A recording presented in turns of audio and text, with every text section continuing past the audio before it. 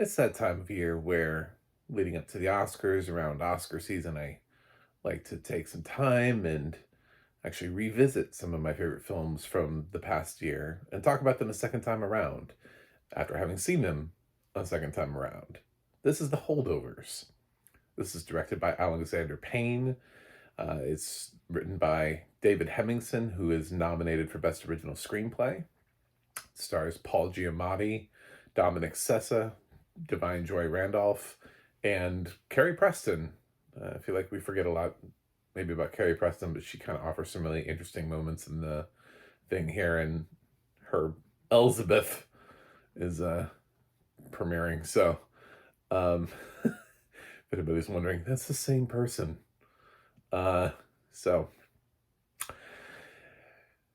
The Holdovers. I watched it outside of Christmas season, so was not given any of that Christmas warmth, that holiday warmth that everybody else connected with immediately. I watched it when I was still on Peacock, so I watched it the same place twice. Um, and it still had audio description. I'm not like a massive fan of this audio description. I can't remember what I said about it the first time, but I was listening to it again, and at times the movie feels like a warm hug, but the audio description just keeps me at arm's length. It's very uh I feel bad because I'm 99% sure I know which narrator this is, and it's just not the right project for her. Um it just it clashes with, it's a very sort of monotone narration that just doesn't match the general theme, the flavor, the spice of the holdovers. It doesn't match that Christmas spice that that comes along with the film.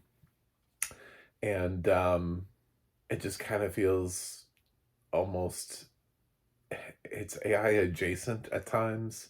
Just feels like there's no empathy for what's happening on screen, no rise and fall or anything. Just, I'm just reading my lines, got my lines here, just gonna read them through, just gonna. And then you need more than that for a film like The Holdovers. You need somebody who's kind of warmly invested in the film. So, not my favorite audio description of the year. Textually, I don't have a problem with it. I don't have a problem with the written audio description. I just, the choice of narrator, I would have gone a different direction. Um, so anyway, yeah, the film though is fantastic, and I still love it. It's as of this viewing, as of me recording this now, I don't know when you're watching this. I sometimes I record things in advance. As of me recording this, I haven't actually released my top 10 list for the year of best pictures. Part of that is because it's really tough. It's really tough this year.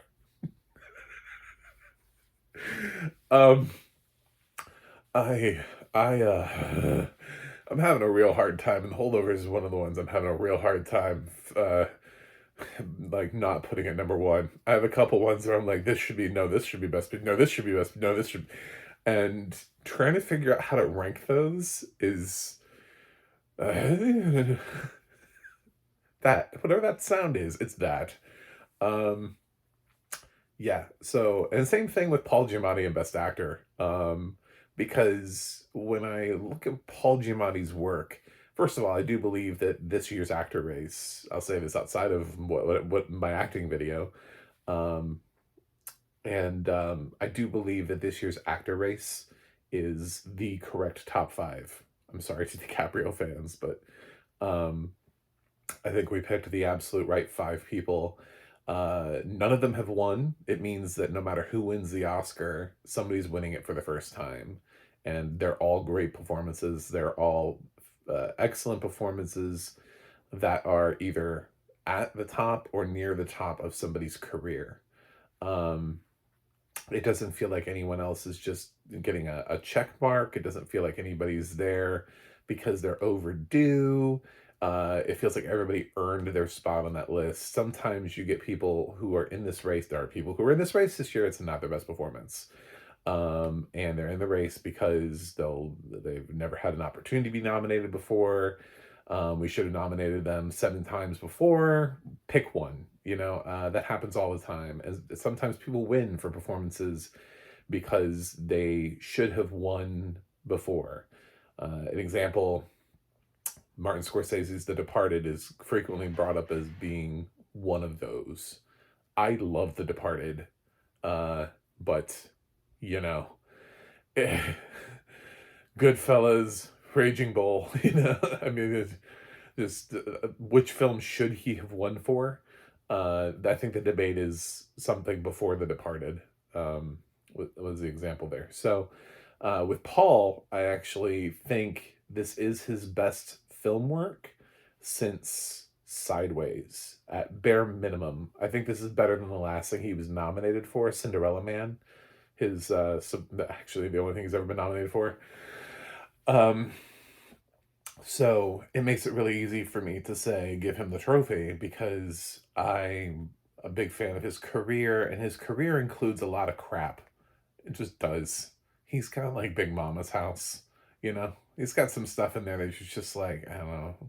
But when he's good, when people actually give him good material to work with, then you're able to see that and compare it. And comparatively, I think the work in The Holdovers feels like it was handcrafted for Paul Giamatti. So not only is he fantastic in it, but it feels like um, almost like David Hemmingson wrote it for Paul Giamatti, like with Paul Giamatti in mind. Like he was shaping that character to be Paul Giamatti. It's just such a perfect blend between actor and role that you can't help but love it. I feel the same way about Jeffrey Wright's character in American Fiction. I feel like almost like Court Jefferson was thinking of Jeffrey Wright the whole time he was writing the screenplay to American Fiction.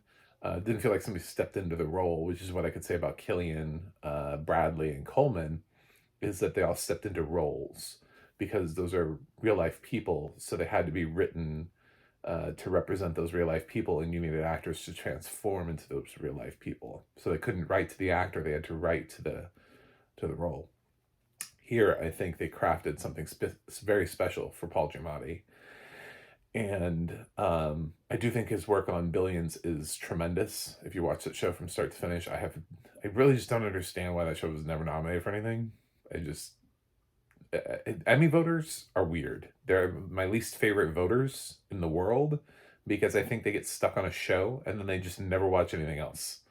I think I've long wanted Emmy voters to be forced to prove that they've seen a minimum amount of shows in order to retain being an Emmy Award voter. Because I'm tired of seeing stuff like last year's supporting actor race, where it was literally just 2 shows in drama. You were either from Succession or you were from The White Lotus, and I think that's gross. Because with the amount of television that we have nowadays, to say that only 2 shows had actors that were worthy is less of a representation of our landscape of television and more of a indication that Emmy voters are out of touch and are not watching television anymore. And if they're not watching it, then why are they voting for it? So, yeah, I think Paul Giamatti for Billions, especially in the earlier seasons, it's weird that he wasn't ever nominated, along with like Damian Lewis or any of the other cast members from the show. So, yeah, I don't know if this is better than Billions because he had a long time to live in that character, but this might be my favorite work of Paul Giamatti's entire career. So if he wins the Oscar, I'm happy with that. And that's why it's hard for me to even compare the Best Actor race this year. Dominic Sessa, I said the first time through after watching this film with him that I feel like compared with a lot of the other breakthrough performers of the year, Dominic feels like the kind of actor who's going to go on to be an A-list actor. Feels like what they're kind of doing with Glenn Powell right now, how Glenn Powell just keeps getting thrown into these leading man roles, and they're trying to create this narrative for him. there's something about Dominic Sessa that feels very much like the first time I've ever seen Robert Downey Jr. or somebody like that. It's very, he just has a certain maturity level and a certain awareness. He has more screen presence immediately than a lot of other breakthrough performers. His role is so memorable. It's so odd that he couldn't get nominated this year. I look back at Lucas Hedges, and it's I that nomination didn't do much for me. It just really, I thought it was a little overpraised. And when it came time this year to nominate Dominic Sessa for you know a breakthrough performance, we didn't do it, and we didn't nominate Charles Melton either for an almost breakthrough performance. I mean, dude's from Riverdale, you know. It's I don't know how people get nominated like that. I don't know why we do and don't nominate um, some and then not others. It feels like some people get close, but then they just get stopped. I think what Dominic Sessa did in the Holdovers is more impactful than other people who are nominated in his category. So um, it's a truly fantastic performance. He plays, while you have Giamatti playing this sort of curmudgeonly, uh, you know, anti inspirational boys prep teacher. You have Dominic Sessa playing the rather typical sort of rogue classmate. He he's a little bit of trouble, and in other sort of prep school dramas, we've seen that character before. We've seen that character in pick your film, that Burrs Club, School Ties, Dead Poets Society. Pick one. There's one in there that's a little like a little rowdy. um, but what this film does is it explores beyond that, and one of the great things that you find out about by learning between these two characters is that sometimes people are going through things, and that you don't necessarily know that they're going through, that they may look okay on the surface to you, but what they're actually going through, they may not want to tell you about. And that's very true of Dominic Sessa's. He's very much using everything as a guard to put thing to to put up those walls and those fences and everything that people talk about. And that's what makes it such a great performance, is it's so layered. uh and for this to be his first performance is ridiculous. Just absolutely ridiculous. This kid's amazing. And Divine Joy Randolph, I've always been a big fan of hers. Since way back. I not way back. I noticed her. I mentioned this the first time. I noticed her in High Fidelity, the TV series. She stood out to me immediately. I was like, this woman is everything. And nobody watched that show. Nobody got that. And I think when I ended up releasing my like best TV awards or whatever of that, I think I had her as supporting actress, either it's like a winner or runner up. Went back and looked at my records, and it shows that I did anyway. So yeah, she's a fantastic actress, and she's been good in things that most people aren't even looking at. She was really good in On the Come Up, which is a film that most people just know, what is that? And as I was going back through and revisiting a film from everybody's career, for her, I revisited Dolomite Is My Name. Not a great film for women, but she takes the little bit of role that she has as Eddie Murphy's love interest, and makes her own mark with it. She has done 1,000 interviews now with this, and she's put so much effort and craft into doing this supporting actress role, where she hired a dialect coach to help give her a very specific dialect to make sure that she was which is wow, I mean, that's above and beyond. Anyway, um, and some of the clothes were actually hers. They're actually her clothes. She actually wore her own clothes as part of her wardrobe, to feel fully lived in, to make the role. Uh, it's interesting. The commitment that she took to making sure, um, that this role panned, was a great role. You could say that people do these things for nominations, for purposes of nomination. There's no guarantee here that she was going to get nominated. This is an independent film. It got picked up by a distributor. You can hope and pray. Alexander Payne's last film was Downsizing, so I didn't do anything for anybody. So I don't think she was thinking this is gonna win me the Oscar. Um, I just think she's a very thoughtful actress who puts in 110%. The problem for me is that I actually saw a lot of films this year, and I don't go by who gave me the best campaign or who's winning or follow the narrative of, oh my god, she's winning everything, so I must be voting for her. I love Divine's performance this year. However, I did actually see other films with some other actresses in them that were terrific performances, but just didn't get into that cycle. We always have films every year that don't ever get into the Oscar cycle. We like to casually mention them. You'll see positive reviews for these performances.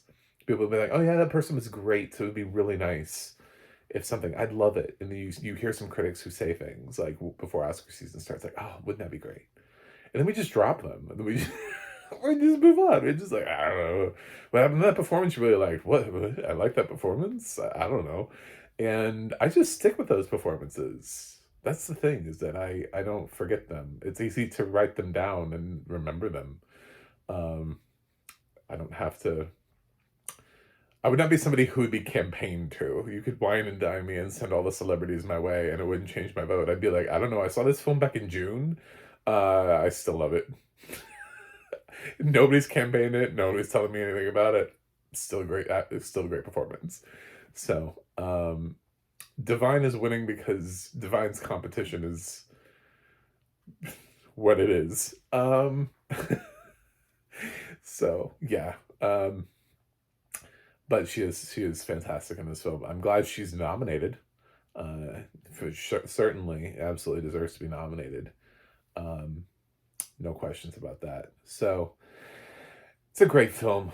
I'm glad I explored this again.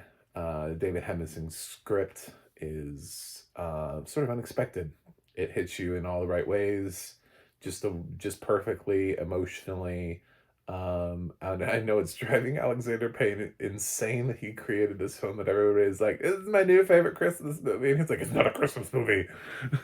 It's like, um, but dude, that's life. You made another Christmas movie. Just live with it. I don't know that this is not for me. This is a film that I will watch whenever, though. For me, this is not a film that screams Christmas. Even though it is a Christmas time, and I would totally watch this film at Christmas time. This isn't. This is a little bit like Die Hard for me, where it's like, yeah, you can watch it at Christmas time, or you can watch it in June and just fine. Whereas, like, if you try to do it with like the Santa Claus, it just feels weird.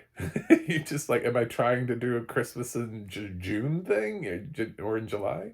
So, yeah, some films do actually feel odd when you play them outside of their season.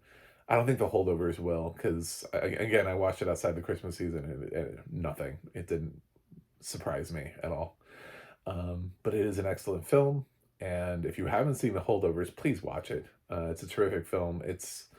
I think it's a film from this year that is going to end up being one of my favorites of all time. I have a feeling I'm going to continue to watch The Holdovers, and maybe years on down the line, I'll do another check in on The Holdovers when I'm older and wiser, and I'll come in and I'll be like, yes, this one has elevated itself to an A plus. with the rest of my favorite films. Um, it has every potential to do that. So, um, for now, I'm just going to keep the Holdovers where I put it, and I'm going to give the Holdovers an A for the second time around. Check this film out. There's a reason it's being nominated everywhere. It deserves to be. I do wish the audio description was better, and I wish the audio description also picked out some of the choices that are being made in terms of the style. This is something that I've been talking about with someone else about maybe even a project I'll have coming down my path about when directors make choices visually and stylistically, and those things don't end up getting translated. Payne's decision to try to make this look like it was a film shot in the 70s, there's no real mention of that. There's no real mention of that texture. The beginning to the film and everything just doesn't really translate into audio description. So I just would like it to a little bit more. So anyway, food for thought. But anyway, thanks for subscribing, even though I can't say subscribe. Please do it. I have a website, MacAmovieGuy.com. You can follow me on X, Threads, or Instagram, MacAmovieGuy. You can go to the audio description project, adp.acb.org. I'll let you know what films have audio description and where you can watch them. Just in case this film moves. I would think it's close to moving to Prime, but it may not be. The audio, the ADNA, .org will let you know who's narrating your favorite films and television series. Anyway, that's it for me today. I will watch something else and see you guys on the other side.